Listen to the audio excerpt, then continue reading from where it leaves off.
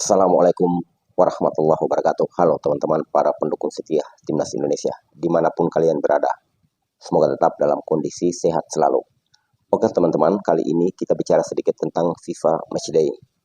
Seperti yang sama-sama kita ketahui bahwa pada bulan September 2025 ini Indonesia akan menghadapi dua negara pada FIFA Matchday yang telah dikonfirmasi.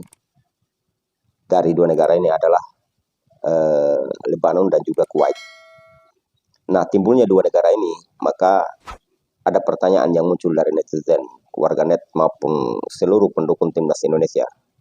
Mereka bertanya bahwa kenapa Timnas Indonesia di saat FIFA Matchday tidak pernah away atau main di kandang lawan. Dari berbagai macam pertanyaan dan spekulasi ini, maka Pak Erick Thohir selaku Ketua Federasi Sepak Bola Indonesia atau PSSI angkat bicara tentang pertanyaan ini.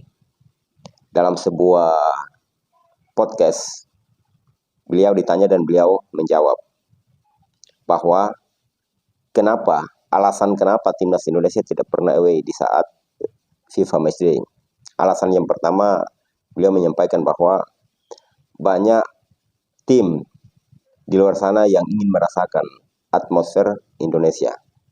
Nah, ini kita bisa berasumsi bahwa berarti banyak tim di luar sana yang ingin merasakan atmosfer supporter Timnas Indonesia, baik itu di Gelora Bung Karno maupun di stadion-stadion yang lain di saat Timnas Indonesia berlaga. Dan juga beliau sampaikan bahwa coba lihat di saat Timnas Indonesia berlaga, banyak YouTuber maupun influencer dari luar sana yang datang berbondong-bondong untuk membuat konten. Nah, dalam kesempatan ini juga beliau menjawab dan beliau merasa bahwa ini bagus karena beliau jawabannya bahwa ini kan bagus di saat kita membangun sepak bola ini, ekonomi sepak bola nasional pun ikut terbangun. Nah, itu bahasa dari beliau. Namun kembali lagi kita harus sedikit menarik ke belakang, di mana ini berkaitan dengan mental pemain.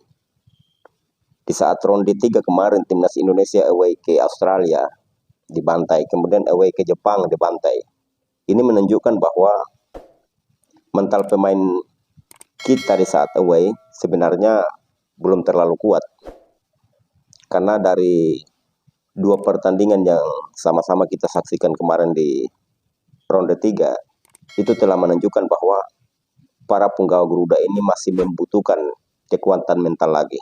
Namun statement beliau seperti ini menunjukkan bahwa seakan-akan bahwa mental daripada Timnas Indonesia ini sudah bagus. Namun saya secara pribadi dan juga teman-teman pendukung Timnas Indonesia, para supporter dan juga warganet yang ada pastinya belum terlalu ataupun agak kurang setuju dengan apa yang disampaikan oleh beliau, termasuk saya secara pribadi, karena jika dilihat dari apa yang saya sampaikan, Australia dan juga Jepang di saat membantai Timnas Indonesia main di kandang Australia maupun main di kandang lawan, maka Timnas Indonesia harus membutuhkan banyak FIFA Matchday di kandang lawan agar mereka bisa mendapatkan mental yang bagus dan juga punya pengalaman bertanding dengan negara-negara di luar Indonesia. Dengan demikian, ke depannya mereka sudah terbiasa main away.